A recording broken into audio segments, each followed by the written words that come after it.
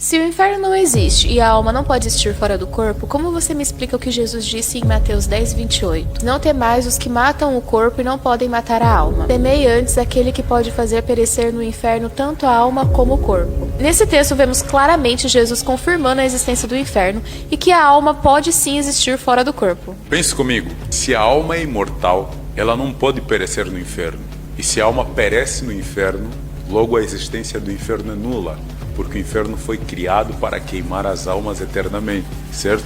Então não faz sentido o inferno continuar a arder eternamente se não tiver nenhuma alma para ser queimada. Verdade, esse texto parece contradizer a ideia do tormento eterno e da imortalidade da alma. Pois bem, quem estuda a Bíblia sabe que a Bíblia não se contradiz. O que Jesus fala em Mateus 10, versículo 28, apenas confirma o que está escrito em Ezequiel 18, versículo 20, que diz: a alma que pecar, essa morrerá. E também confirma o que está escrito em Malaquias 4, versículo 1, que diz: pois eis que vem o dia e arde como fornalha, e todos os soberbos e todos que cometem perversidade serão como restolho. O dia que vem os abrasará de sorte que não deixará nem raiz nem ramo, ou seja, não vai sobrar nada daqueles que não aceitarem a graça transformadora de Jesus Cristo.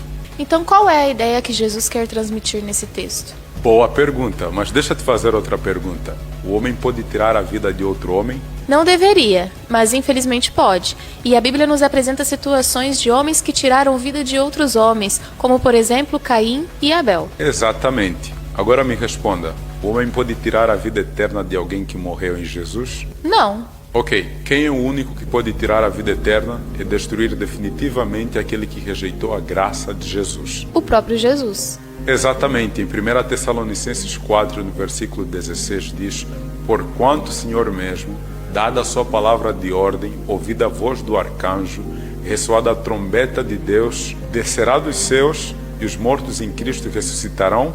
Primeiro.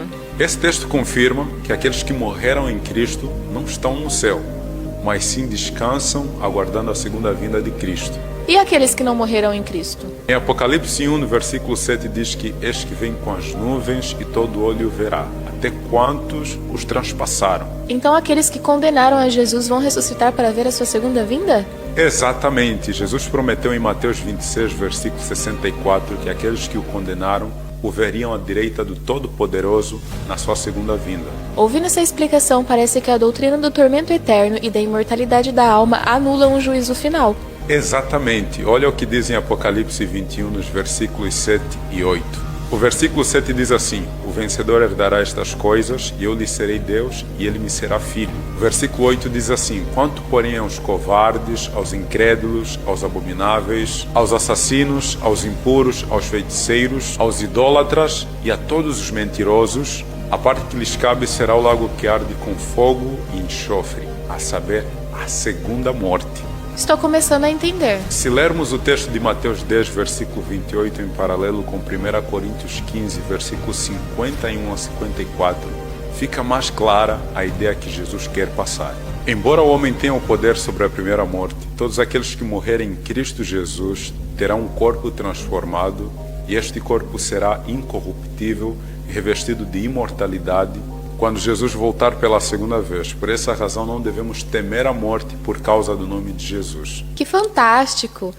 E o que vai acontecer com aqueles que não aceitaram a graça de Jesus? A Bíblia não fala da transformação do corpo dos ímpios, o que implica dizer que os ímpios, tanto aqueles que ressuscitarão por ocasião da segunda vinda de Cristo, quanto aqueles que ressuscitarão após o milênio descrito em Apocalipse 20, não terão seus corpos transformados. Então, do jeito que eles morreram, é o jeito que eles vão ressuscitar? Exatamente. Então, se morreu com alguma deficiência física, vai ressuscitar do mesmo jeito.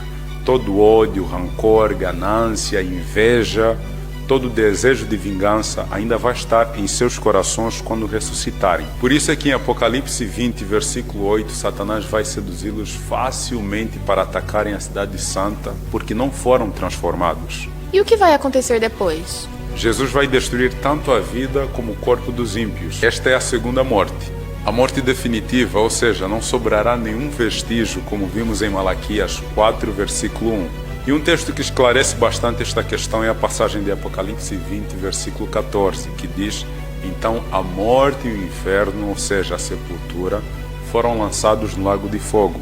Aqui entendemos que, diferente da primeira morte, na segunda morte não teremos corpos sepultados, o que implica dizer que a terra será purificada. Então, se Jesus não voltar antes, todos nós passaremos pelo inferno, ou seja, sepultura. Exatamente.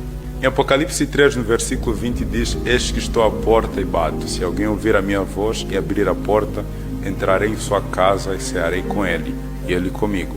O tempo é agora e a hora é esta. Aceita Jesus enquanto é tempo.